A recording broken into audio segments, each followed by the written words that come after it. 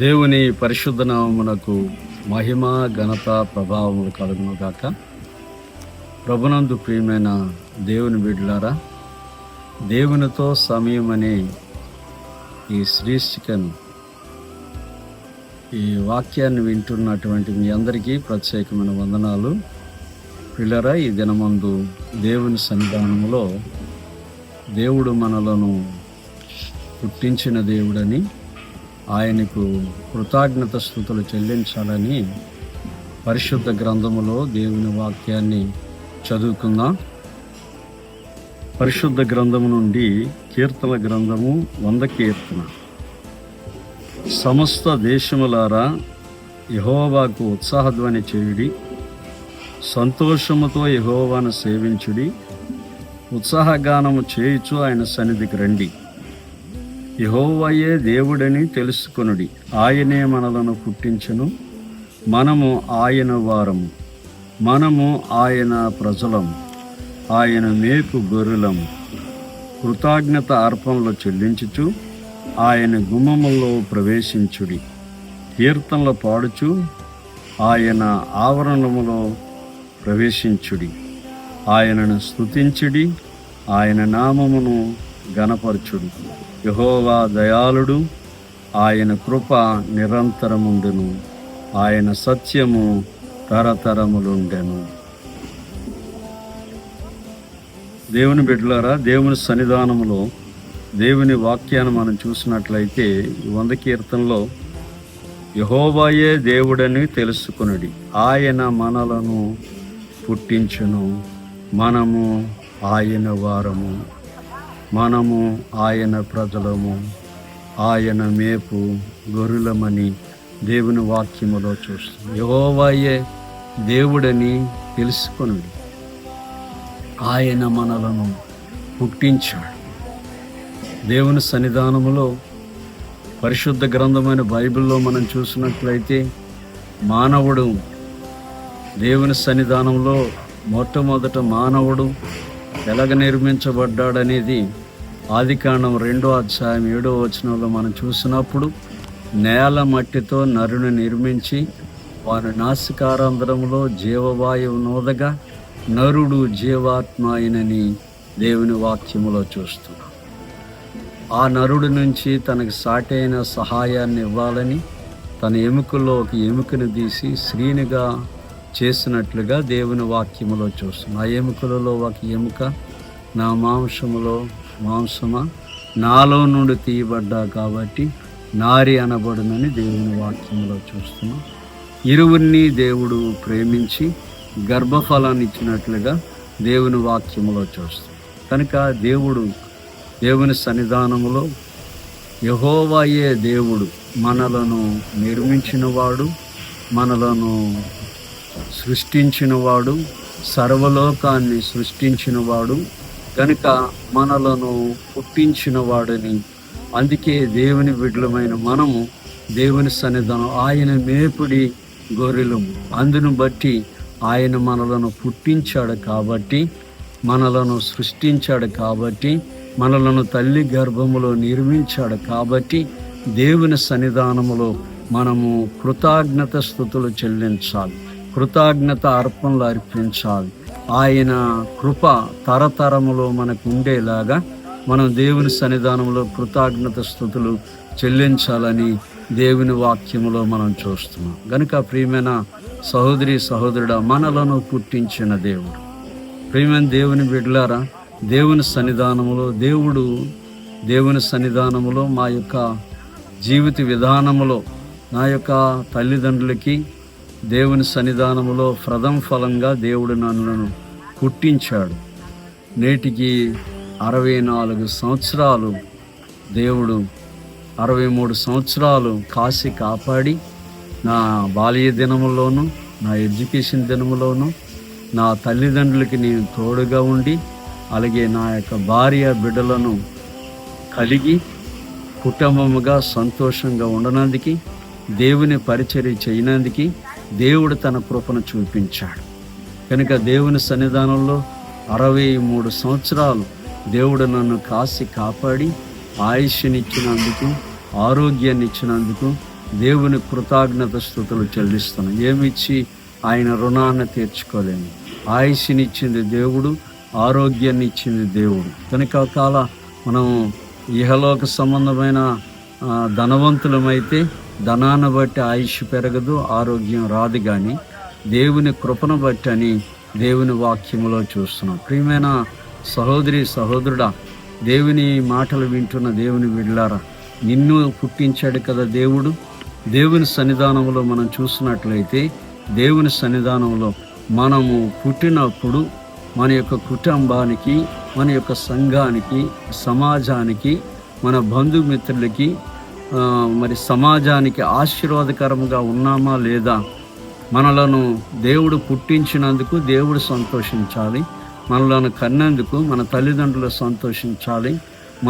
మనం పెరుగుతున్న కొలది ప్రజలందరూ కూడా సంతోషించేలాగా ఆయన పుట్టడం వల్ల, ఆయన బాగుండటం వల్ల మనందరం బాగున్నామని ఇతరులకి సహాయం చేసే స్వభావం గలవారమై జీవించినప్పుడు దేవుడు ఆయుష్ని, ఆరోగ్యాన్ని దేవుడిస్తాడని దేవుని వాక్యంలో చూస్తున్నాం. పరిశుద్ధ గ్రంథమైన బైబిల్లో మనం చూసినట్లయితే, దేవుని సన్నిధానములో మొట్టమొదట ప్రార్థన అనేది మనం చూసినట్లయితే, ఆదాము అవ్వలకి మరి ముగ్గురు కుమారుల్లో మరి షేతు మూడో కుమారుడు కదా. మూడో కుమారుడు పుట్టినప్పుడు ప్రార్థన ప్రారంభమైంది. కనుక దేవుని సన్నిధానములో రక్షించబడిన నీవు, పుట్టిన నీవు, బ్రతుకుతున్న నీవు దేవుని సన్నిధానంలో, దేవా నన్ను పుట్టించినందుకు వందనాలని, దేవా నా జీవితంలో ఎన్నో మేలు చేశావని దేవుని సన్నిధానంలో దావీదు అంటున్నాడు, చేసిన ఉపకారముల్లో దేనిని నేను మరువనని దేవుని వాక్యములో మనం చూస్తున్నాం. అందు గురించి దేవుడు చేసిన మేలులను అన్నిటిని బట్టి దేవుని కృతజ్ఞత ప్రార్థన చేసుకోవాలి. దేవా నాకు మంచి తల్లిదండ్రులు ఇచ్చినందుకు వందనాలని, నా యొక్క ఆరోగ్యం ఇచ్చినట్టు వందనాలని, నాకు బుద్ధి జ్ఞానములు ఇచ్చినందుకు వందనాలని దేవుని సన్నిధానంలో కృతజ్ఞత ప్రార్థన చేసుకోవాలి. గనుక షేతు పుట్టినప్పుడు ప్రార్థన ప్రారంభమైంది. అంటే ప్రార్థన ఎవరికి చెయ్యాలి? భూమిని, ఆకాశమును, అందులోనున్న సర్వ సమూహాన్ని సృజించిన సృష్టికర్త అయినటువంటి, సర్వోన్నతుడైనటువంటి, మహోన్నతుడైనటువంటి, స్వయంభవుడైనటువంటి, కరుణ, దయ, జాలి కలిగిన దేవదేవునికి మనము ప్రార్థన చెయ్యాలి. అయ్యా, ఈ గాలినిచ్చావు, ఈ నీరునిచ్చావు, ఈ వెలుతురునిచ్చావు, ఈ బుద్ధి జ్ఞానములు ఇచ్చావని నన్ను ఒక చిన్న రేణు లాంటి నన్ను నా తల్లి గర్భములో నన్ను పిండోత్పత్తి చేసి నన్ను ఆరోగ్యం ఇచ్చి అన్ని ఇచ్చినందుకు నీకు వందనాలని దేవుని సన్నిధానంలో ప్రార్థన చేసుకోవాలి. దేవునికి ప్రార్థన చేసినప్పుడు దేవుడు ఆయుష్ని, ఆరోగ్యాన్ని ఇస్తాడని దేవుని వాక్యంలో చూస్తున్నాం. అలాగే ప్రియులారా, ఎనోష పుట్టినప్పుడు ప్రార్థన ప్రారంభమైంది. నీకు, నాకు, మనందరికి కూడా ప్రార్థన అనేది చాలా అవసరం. అందు గురించి ప్రార్థన చేస్తే రక్షించబడతాము. ప్రార్థన ద్వారా స్వస్థత పొందుతాము. ప్రార్థన ద్వారా మనం అనేకమైన విజయాలు పొందగలం. అందు గురించే దేవునికి ప్రార్థన చేయటం, భక్తులైన వారు ఎంతోమంది ప్రార్థనలు చేసి విజయాలు పొందారు. మనం కూడా ప్రార్థన చేద్దాం. అలాగే రెండోదిగా మనం చూసినట్లయితే, నోవాహు జీవిత చరిత్ర చూసినట్లయితే, నోవాహు పుట్టినప్పుడు నెమ్మది కలిగింది. కనుక దేవుని సన్నిధానములో దేశం అప్పటికి సరైన పంట మొలకలు లేవు, సరైనటువంటి ఆహార పదార్థాలు లేవేమో. అయితే నోవాహు పుట్టినప్పుడు ఆ యొక్క భూమి సేద్యపరచడం జరిగింది, సమృద్ధైన వర్షం పడింది, సస్యామలంగా పంట పండింది. అక్కడ ప్రజలకి ఏది అవసరమో అన్నీ కూడా లభించాయి. కాబట్టి ప్రజలకి నెమ్మది కలిగింది. కనుక దేవుని సన్నిధానంలో, మన జీవితంలో కూడా దేవుని సన్నిధానంలో నోవాహు అనగా నెమ్మది కలుగు చేయవాడు, శాంతి కలుగు చేయవాడని దేవుని వాక్యములో మనం చూస్తున్నాం. మనం కూడా మన జీవితంలో కూడా యేసు ప్రభుని ఎరక్క ముందు మన జీవితంలో కూడా అగమ్య గోచరముగాను అరణ్యముగా ఉన్న మన జీవితంలో కూడా యేసు క్రీస్తును మన రక్షకుడిగా అంగీకరించిన తర్వాత మన జీవితంలో నెమ్మది వచ్చింది, శాంతి వచ్చింది, సమాధానం వచ్చింది. కనుక దేవుని ప్రజలమైన ఇక్కడ నోవాహుకు సంతానం కలిగింది. ఆ యొక్క నోవాహు దేవుడు చెప్పినట్లుగా విన్నాడు కాబట్టి నోవాహు కుటుంబము ఆశీర్వదించబడింది. నీవు పుట్టిన తర్వాత నీ కుటుంబంలో నెమ్మది కలిగిందా? నీవు పుట్టిన తర్వాత మీ తల్లిదండ్రులకు నెమ్మది కలిగిందా? కనుక దేవుని సన్నిధానంలో నెమ్మదిని కలుగు చేసిన దేవుడు. అందు గురించి నోవాహు పుట్టినప్పుడు నెమ్మది కలిగింది, శాంతి కలిగింది. కనుక మన జీవితంలో కూడా మనం పుట్టుట ద్వారా ఇతరులకి నెమ్మది, శాంతి కలిగేలాగా మనం జీవించాలని పరిశుద్ధాత్మ దేవుడు తెలియచేస్తున్నాడు. కనుక ప్రియమైన సహోదరి సహోదరుడా, ఈ సాయంకాల సమయంలో దేవుని మాటలు వింటున్న మీరు కూడా దేవుని సన్నిధానంలో నోవాహు అక్కడ దేవుని సన్నిధానంలో యోహాను పుట్టాడు. యోహాను జకరియా ఎలిజబెత్లకి పుట్టినటువంటి కుమారుడు. చాలా కాలంగా పుట్టాడు కాబట్టి ఇంటిలో వారికి సంతోషం, ఇరుగు పొరుగు వారికి సంతోషం కలిగినట్లుగా దేవుని వాక్యములో చూడు. కనుక యోహాను అనగా యెహోవా యొక్క దానమని దేవుని వాక్యములో దేవుడిచ్చినటువంటి కుమారుడైనటువంటి యోహాను దేవుని సన్నిధానములో యేసు క్రీస్తుని గురించి శుభవార్తను ప్రకటించినట్లుగా దేవుని వాక్యములో మనం చూస్తున్నాం. మన జీవితంలో కూడా యేసు ప్రభుని గురించి మనం పుట్టించిన దేవుడికి, సర్వలోకాన్ని సృష్టించిన దేవుడికి, పాపములో నశించిపోతున్న ప్రజలకి ఆనాడు యోహాను ఎలాగైతే సువార్తను ప్రకటించాడో మనం కూడా సువార్తను ప్రకటించాలి. యేసుక్రీస్తు లోకరక్షకుడని, యేసుక్రీస్తు పాప పరిహారకుడని, యేసుక్రీస్తు మోక్షాన్ని ఇచ్చే దేవుడని, యేసుక్రీస్తు నరకాన్ని నుండి నేను తప్పించినందుకు వచ్చిన దేవుడని, యేసుక్రీస్తు నిన్ను ఆశీర్వదించినందుకు వచ్చిన దేవుడని, నీ పాపములకు పరిహారము చెల్లించినందుకు వచ్చిన దేవుడని, దరిద్రుడిగా ఉన్న నేను ధనవంతుడిగా చేయనందుకు వచ్చిన దేవుడని, ఏమీ లేనివాడు నిన్ను అన్నీ కలిగిన వాడుగా చేయనందుకు వచ్చిన దేవుడు, నీ బ్రతుకును బాగు చేయనందుకు వచ్చిన దేవుడని, సకల జనులకు సువార్తను ప్రకటించే భారము, బాధ్యత మనం పుట్టామంటే దేవుని సన్నిధానములో మన దేవుడు సంతోషించాలి. మనం పుట్టామంటే అనేకులకి నెమ్మది కలుగు చేసేవారుగా ఉండాలి. అలాగే మనం పుట్టిన మనలను రక్షించిన దేవుడిని మనం కూడా సువార్తను ప్రకటించాలి. ఆనాడు నోవాహు సువార్త ప్రకటించాలి, అనేక మంది సువార్తను ప్రకటించారు. మనం కూడా దేవుని సన్నిధానం యెరికోలో జక్కయ్య రక్షించబడి సువార్తను ప్రకటించాడు. కనుక సుకారా గ్రామంలో సమరయ స్త్రీ రక్షించబడి సువార్తను ప్రకటించింది. మనం కూడా దేవుని సన్నిధానంలో మనకి వీలైనంత మట్టుగా, మనకి దేవుని సన్నిధానంలో అవకాశం దొరికినంత మట్టుగా దేవుని సన్నిధానంలో దేవుని సువార్తను ప్రకటించాలి. ఇరుగువారికి, పొరుగువారికి. యోహాను పుట్టిన తర్వాత ఇరుగువారు, పొరుగువారు, కుటుంబీకులందరూ కూడా సంతోషించారు.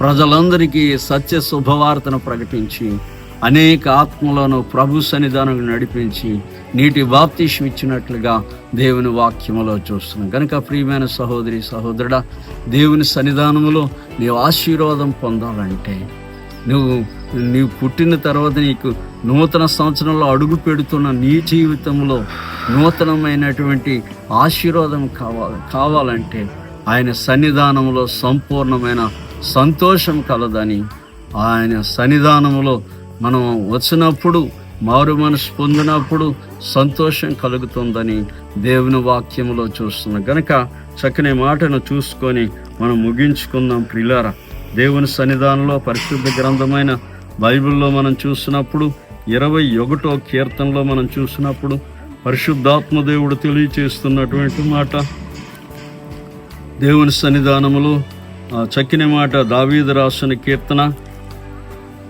ఆయుష్నిమ్మని అతడు నిన్ను వరమడుగుగా నీవు దానిని అతనికి అనుగ్రహించి ఉన్నావు. సదాకాలము నిలుచు దీర్ఘాయువును నీవు దయచేసి ఉన్నావు. నీ రక్షణ వలన అతనికి గొప్ప మహిమ కలిగిన గౌరవ ప్రభావములను నీవు అతనికి ధరింపజేసి ఉన్నావు. నిత్యము ఆశీర్వాదానికి కారకుడుగా నుండినట్లు నీవు అతనిని నియమించి ఉన్నావు. నీ సన్నిధిని సంతోషముతో అతనిని ఉల్లాసింపజేసి ఉన్నావు. ఏలయనగా రాజు యెహోవా యందు నమ్మిక ఉంచి ఉన్నాడు. సర్వోన్నతిని కృపచేత అతడు కదలకుండా నిలుచునని దేవుని వాక్యములో చూస్తున్నాం. అందు గురించి ఆశీర్వాదాలకి కారకులం అవ్వాలంటే దేవుని సన్నిధానములో నూతనమైనటువంటి ఆశీర్వాదం పొందాలంటే మనం దేవుని సన్నిధానంలో దేవుని వాక్యానుసారంగా జీవించాలని పరిశుద్ధాత్మ దేవుడు మన పుట్టుకను బట్టి ప్రజలు సంతోషించేలాగా ఉండాలని దేవుని వాక్యములో మనం చూస్తున్నాం. చూడండి, దేవుని సన్నిధానంలో మనం చూసినప్పుడు చక్కని మాట 9వ అధ్యాయము 11వ వచనం, సామెతల గ్రంథం, నా వలన నీకు దీర్ఘాయువు కలుగును, నీవు జీవించు సంవత్సరములు అధికములగును. కనుక దేవుని వలనే ఆయుష్ని, ఆరోగ్యాన్ని, ఆశీర్వాదాన్ని అనుగ్రహించువాడు దేవుడని దేవుని వాక్యములో మనం చూస్తున్నాం. కాబట్టి ప్రియమైన సహోదరి సహోదరుడా, దేవుని బిడ్డలారా, దేవుని సన్నిధానంలో దేవుని వాక్యములో మనం చూసినట్లయితే పరిశుద్ధాత్మ దేవుడు తెలియచేసిన మాటలు మనము గమనించినప్పుడు పరిశుద్ధాత్మ దేవుడు తెలియచేస్తున్నాడు. చక్కని మాటను మనం చూసినట్లయితే, మరియు దేవుడు ఒకని ధాన్య సమృద్ధినిచ్చి దాని యందు తన భాగమును అనుభవించుటకు, అన్నపానములను పుచ్చుకొనుటకును, తన కష్టార్జితమందు సంతోషించుటకు వీలు కలుగు చేసిన ఎడల అతనికి ఆ స్థితి దేవుని ఆశీర్వాదం వలన కలుగుననుకొనవలను. అట్టివానికి దేవుడు హృదయానందము దయచేసి ఉన్నాడు గనుక అతడు తన ఆయుష్కాల దినములు జ్ఞాపకము చేసుకొనడు. కనుక దేవుని సన్నిధానములో దేవుడిచ్చినటువంటి ధనము, ధాన్య సమృద్ధి, కష్టార్జితమును అనుభవించి తన ఈ లోకంలో మరి దేవుని సన్నిధానంలో బాగా బ్రతకాలంటే మనము పుట్టినందువల్ల ప్రజలకి, కుటుంబానికి, సమాజానికి మరి ఆశీర్వాదం ఉంటే దేవుడు మనకు ఆయుష్ని, ఆ ఆశీర్వాదాన్ని ఇస్తాడు. గడిచిన దినాల్లో ఇద్దరు వైద్యులే, ఇద్దరు డాక్టర్లే, అంతా శరీర భాగాల గురించి బాగా చదివిన వారే, ఉద్యోగం చేస్తున్న వారే, కానీ ఇద్దరు కూడా హార్ట్ అటాక్ వచ్చి ఇద్దరు చనిపోయారు. కనుక ఆయుష్ని ఇచ్చేది వాడు డాక్టర్ అయినా, ధనమున్నా, ఏమున్నా సరే ఆయుష్ని ఇచ్చేది దేవుడు. కాబట్టి దేవుడు ఎలీషా పుట్టినప్పుడు ప్రార్థన జరిగింది, నోవాహ పుట్టినప్పుడు నెమ్మది కలిగింది, యోహాను పుట్టినప్పుడు సంతోషము కలిగింది. అందు గురించి మనము పుట్టిన తర్వాత దావీదు దేవుని యందు భయభక్తులు కలిగి ఉన్నాడు. కాబట్టి దావీదు ఆశీర్వాదం పొందాడు. జ్ఞానైన సొలొమోను చెప్తున్నాడు, కష్టార్జితమును అనుభవించి ఇది దేవుని వలన కలిగింది ఆయుష్, దేవుని వలన కలిగింది ఆరోగ్యమని దేవుని కృతజ్ఞత స్తుతులు చెల్లించినప్పుడు నీ జీవితంలో ఇంకా అనేక సంవత్సరాలు ఆయుష్నిచ్చి, ఆరోగ్యాన్నిచ్చి దేవుడు నడిపిస్తాడు. కనుక దేవుని మాటలు వింటున్న ప్రియమైన సహోదరి సహోదరుడా, ఇది దేవుని వాక్యం. కాబట్టి నువ్వు పుట్టిన తర్వాత నీ కుటుంబంకి సంతోషం కలిగిందా? నువ్వు పుట్టిన తర్వాత నీ కుటుంబంలో నెమ్మదిగా ఉన్నారా? నువ్వు పుట్టిన తర్వాత సమాజంలో నెమ్మదిని సమకూరుస్తున్నావా? నువ్వు పుట్టుట వల్ల ప్రార్థన లేని వారు ప్రార్థన చేస్తున్నావా? కనుక దేవుని సన్నిధానంలో ప్రార్థించు, దైవ దీవెనలు పొందు. దేవుడి వాక్యం తన వినికిడిలో దీవించును గాక. ఆమేన్. మహాపరిశుద్ధుడు తండ్రి, మీ పరిశుద్ధ పాదములకి స్తుతులు, స్తోత్రాలు. ఇగో నన్ను గడిచిన సంవత్సరాలన్నిటిలో నీ కృపలో కాపుదలు ఉంచినందుకు, ఆయుష్ ఇచ్చినందుకు, ఆరోగ్యం ఇచ్చినందుకు, హార్ట్ అటాక్ నుంచి విడుదల చేసినందుకు, షుగర్ కంట్రోల్ ఇచ్చినందుకు, నీ సేవలో వాడుకున్నందుకు నీ కృతజ్ఞత స్తుతులు చెల్లిస్తున్నాను. ఇగో కుటుంబాన్ని నడిపించినందుకు ఇచ్చిన కృపను బట్టి నీకు వందనాలు. సంఘాన్ని నడిపించినందుకు ఇచ్చిన కృపను బట్టి వందనాలు. సమాజపరంగా నీ సన్నిధానంలో అనేకుల దగ్గర నీ నామ పేరిట మంచిగా ఉండనందుకు అవకాశాన్ని కలుగు చేస్తావు, నీకు వందనాలు. నీ చిత్తమైతే నాయన రానున్న 64వ సంవత్సరంలో సంవత్సరాది మొదలుకొని సంవత్సరాంతం వరకు నీ కృప కాపుదలుంచి నడిపించును గాక. ఆమేన్. త్రియేక దేవుని కృప ఇప్పుడు ఎల్లప్పుడూ సదాకాలము నీ కృప నాకు తోడయుండి నడిపించునుగాక. ఆమేన్. God bless you. Praise the Lord. Praise the lord.